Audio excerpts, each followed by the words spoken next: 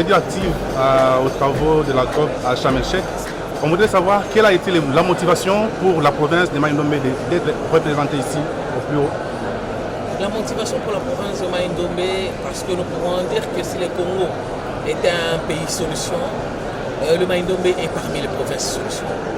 Donc nous ne pouvions qu'être là, parce que nous sommes parmi les provinces qui gardent encore leur forêt, afin de capter le crédit carbone, le gaz carbone. C'est pourquoi nous sommes là. Est-ce qu'on peut penser que votre présence ici vous a apporté quelque chose de plus par rapport à ce que vous attendiez?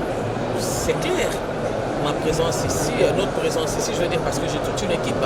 Je suis venu avec mon ministre de l'Environnement, M. Ignace Monza. Je suis venu avec le député provincial, M. Koko Pembe, et un expert, M. Gilbert Kouli, tous de Mai-Ndombe.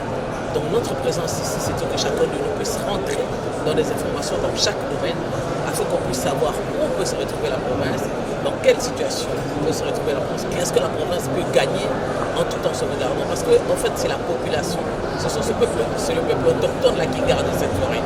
En récompense, qu'est-ce que ce peuple a? On ne garde pas quelque chose, on vivait de ça. Ce peuple vivait de cette forêt, cultivait, couper le bois. Maintenant, on leur interdit de couper, on leur interdit, mais en récompense, ils ont quoi? Quelle est l'alternative qu'on donne à cette population, à ce peuple autochtone? Voilà, nous avons reçu gain de cause. Non seulement nous serons rémunérés financièrement en vendant ces crédits carbone, chose qui est déjà faite pour notre province, qui est la première province peut-être qui va nous bénéficier de cette vente par la société ERA, mais ensuite aussi il y aura beaucoup d'autres projets qui vont se faire à partir non seulement de cet argent, mais aussi à partir du cahier des charges que nous allons définir pour toutes ces sociétés, afin de faire bénéficier cette population qui s'est sacrifiée pour garder ses forêts.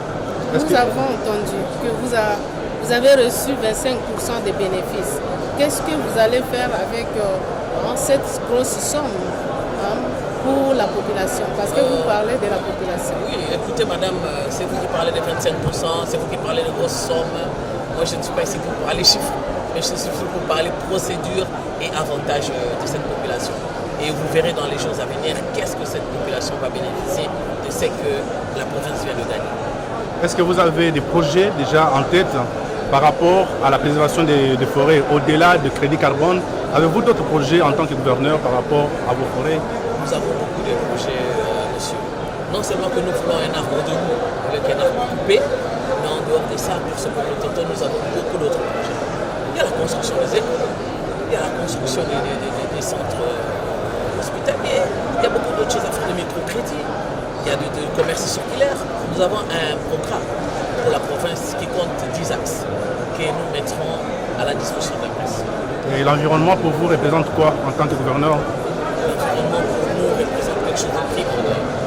Nous avons assisté ici à la présentation du MINETA de l'aménagement du territoire. Nous avons compris qu'on devrait d'abord commencer par aménager et enfin disposer ces terres à leur destination future. Mais nous avons aussi beaucoup d'autres choses, beaucoup d'autres projets pour, après des aménagements, pouvoir construire, reconstruire. Et il y aura aussi des plans pour les agricultures et tout. Donc vraiment, nous avons beaucoup de projets pour la province qui est une jeune province qui vient d'être démembrée. Et on a besoin de tout. Mais quel est votre message à l'endroit de la population de votre juridiction, mais aussi à l'endroit des bailleurs de fonds? Le bailleur de fonds d'abord, je commence par eux. Je remercie déjà de choisir Mai-Ndombe comme des projets pilotes de Mai-Ndombe. Donc merci à ERA, merci à d'autres sociétés qui vont venir aussi Delta et autres. Nous avons déjà commencé à négocier ici à Clacom et aux autres. Nous n'allons pas nous arrêter seulement à une seule société. Tous les acheteurs, nous voulons que non seulement que ça soit volontaire, mais nous voulons que cette vente soit obligatoire, parce que les pollueurs doivent payer. Et ensuite, nous sommes là, nous sommes disposés à garder nos forêts comme telles, afin de bénéficier de ces ventes de crédit carbone. Nous en avons beaucoup et de tourbières, nous avons aussi autre chose. Tandis que pour la population, elle doit nous faire confiance. C'est pas pour rien qu'elle nous a choisis. Et les députés provinciaux, pour nous mettre à cette place, la population et les législatifs